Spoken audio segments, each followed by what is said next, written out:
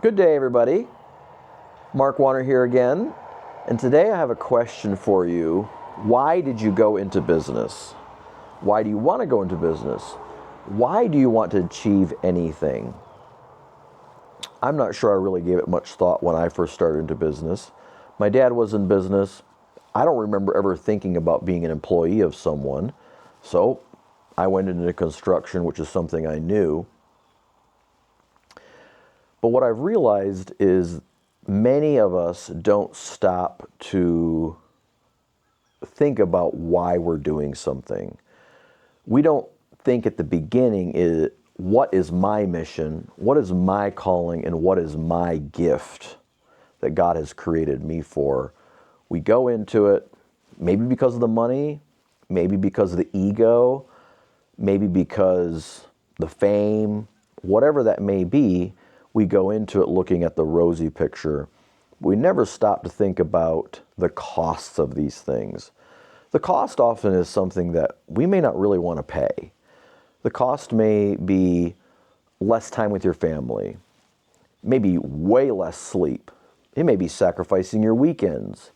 To do anything great, there's always going to be a sacrifice. We can do a lot of things half-heartedly and keep some of these things in our life, but we're not really building anything great. The worst thing would be to get to the end of your life having worked incredibly hard as a business owner or creating something cool or special, but not really having a goal for it. When we understand the mission God has called us to and the giftings He's given us to, and we intentionally work forward in building those and developing those. There's an example of a parable in the New Testament where Jesus talks about giving talents. So the parable of the talents, He gives 1, 2, and 5 talents. And those people, He went to a far country, and those people took those talents, 2 of them, the one that had the 2 developed them, and the one that had 5 developed them and doubled them. But the one that had 1 buried it. It's important for us to understand the talents we've been giving, the mission we've been giving, and to develop those and multiply those. And that's where the real value comes in, and that's where the real reward comes in.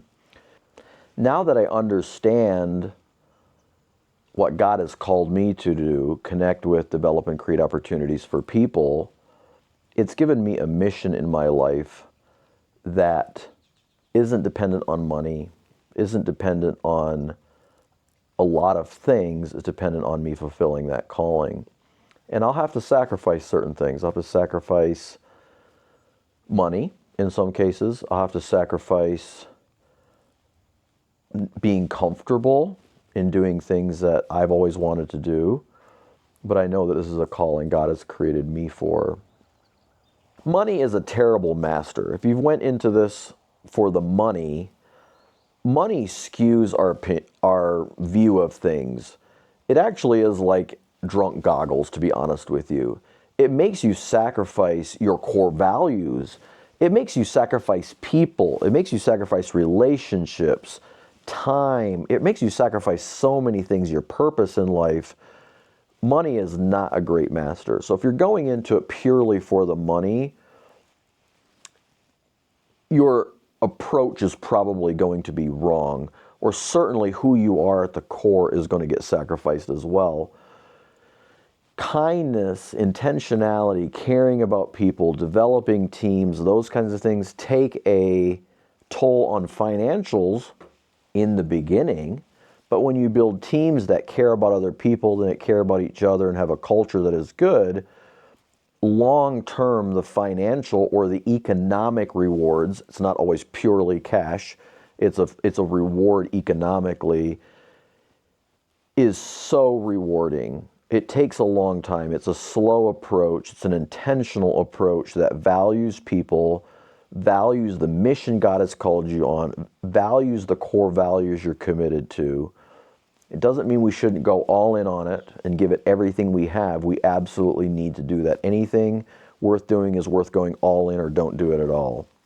So don't go in half-heartedly, but be careful of what your mission is, what your calling is, and give it all you've got. Understanding the sacrifices, understanding the pain, understanding the cost of it and the things that you have to give up. weigh them carefully, and just go for it. The reward is great, but be careful what the motive behind why you're doing it. Why did you start? Why are you going into this? Sometimes, to be honest with you, I've thought this in my life, it would have been better to be an employee. I could have had freedom of time. I could have went fishing on the weekends. I could have went fishing every evening. I could sleep in a lot more. I wouldn't have a lot of the worries I do today or had in the past. But as I've learned to build teams and care about people, and I'm still learning many of those things, the reward is so great. And it's not purely money, it's purely everything that God has called me to. And the life becomes very fulfilling. I'm still having to unlearn a lot of things. I am no way perfect. I'm having to unlearn busyness. I was so busy for so many years, didn't sleep much, would go to work at 4 a.m., measured jobs, did all kinds of things till 8, 9, 10 o'clock at night, drawing home plans, putting estimates together. Now I have freedom of time. I have an amazing team of people behind me. But what I don't know to do is what to do with that time sometimes. And I'm really having to unlearn the mentality of being busy and relearn the mentality of being intentional with what God has given me. So I want to encourage you, get clear on why, go for it, honestly understand the costs, go for it, understanding your mission and what God has called you to do and what your core values are and the things you don't want to sacrifice, but go all in, be intentional, and crush it. Have an exquisite day.